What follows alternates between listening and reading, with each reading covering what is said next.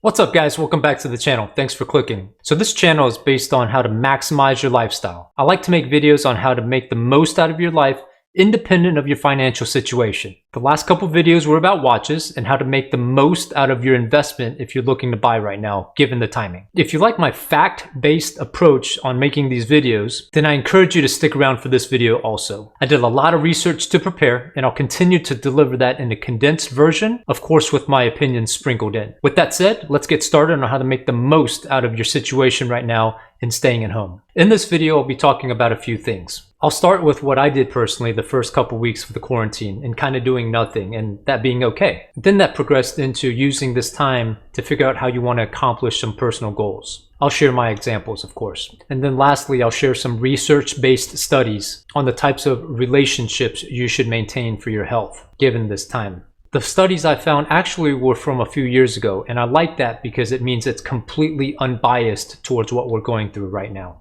And then finally, we'll end with the effects of social media and kind of the things to watch out for. I'll try to keep this video condensed, but hopefully you get a couple nuggets to, like I said, make the most out of your time right now. First and foremost, use this time to relax. How often do you get to do this? Do whatever you want. Binge watch Netflix. I set up a projector in my room. Sleep in all day. Eat whatever you want. Whether or not you're working right now, look, I get it. It can be a stressful time, but what can you do about it?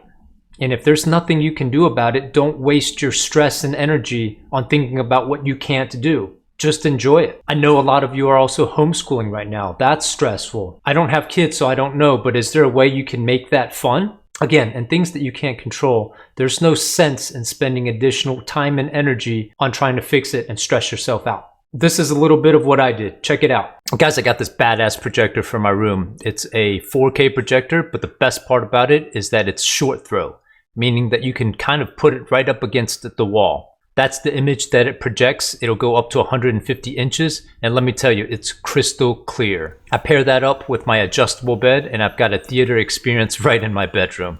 Now, once you've had a couple days to enjoy yourself, and notice I said a couple days, not a couple weeks, get out that list of things that you've been putting off, that list of things you've never had time to do. Is it something around the house? Is it a room that really needs to be painted or updated? Is it a ceiling fan that you need to put up? Or is it something that you've wanted to learn and again, never had time to? Maybe a new hobby you wanted to start but didn't have time to learn.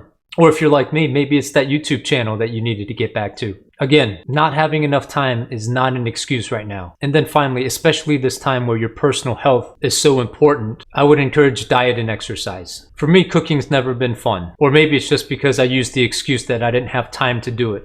But again, we all have time right now, right? So if you're like me, you like looking for the easy way out, try one of these meal delivery services. I've tried Sunbasket and Home Chef. Again, I'm not a good cook, but they make it real easy. Here's some results. I've also tried Factor, which is awesome. It's already prepared. You pair in eating right and some decent exercise every week. And for me, I've seen some noticeable results. Not bad for being stuck at home, right? So I think all of that was really important. But now let's dive down into what the experts think. So here's an article from the New York Times. Again, this was an article from a few years back, and I like that because it's not biased based on the current events. Now, what this article goes into, you probably don't need a research study to figure it out, but they've been done. The first study shows that people who are disconnected are roughly 3 times more likely to die during a 9-year study. Those with close social ties and unhealthy behavior actually live longer than those with healthy behavior and poor social ties. Needless to say, people with both healthy lifestyles and close social ties lived the longest of all. The research goes on to show many more examples with the same type of results. So obviously, social relationships are really important, but let's dig a little bit further into what a social relationship really is. I found this website, Psychology Today, and it says that social relationships aren't just simply talking to people. So these little Zoom meetings that we've been doing, it doesn't necessarily mean that you've been social. The gist of this page is that it's about a meaningful conversation, developing a trust factor, having that emotional support. That's what a social relationship really is. It's about the quality of the conversation, not the quantity. Feeling lonely is normal. For some, it can be very frightening and destructive. At minimum, it hurts. Loneliness also can become a pervasive and chronic condition with serious mental and physical conditions. We all have a lot of time. Carve out some of that time to make a phone call, a meaningful phone call, and not one that really just scratches the surface. I think you know the difference. And then the final point I'll highlight from the research that I've done is just to be careful with social media. Again, we all have a lot of time right now. I think the metrics say that YouTube views are up 300%.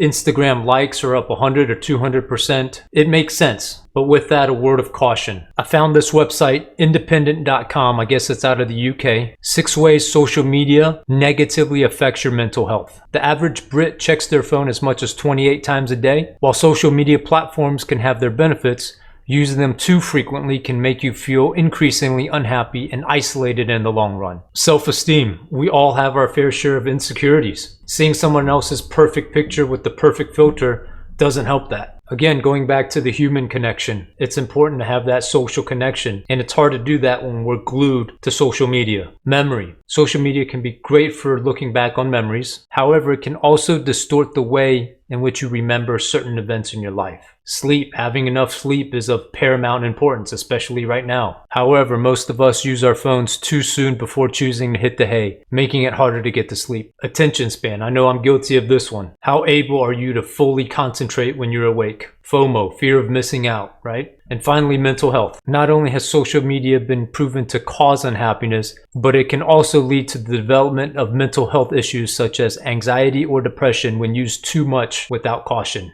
Guys, that's it for the video. I appreciate you watching. Even if this information wasn't revolutionary for you, I hope it was a good reminder. Remember what the studies say. Find a way to make time in your day for some meaningful conversations. It's as good for your health as diet and exercise. It's also okay to mess around with social media, but don't let it consume you. Don't do it too late in the day when it's time for bed. And finally, I think now is the perfect time to start that new hobby or learn that new skill. Guys, I appreciate you watching. If you found this useful at all, do me a favor, help me out. Actually leave a comment down below saying that you liked it. As always, hit that like button, hit that subscribe button, and we'll see you next time. Thanks again.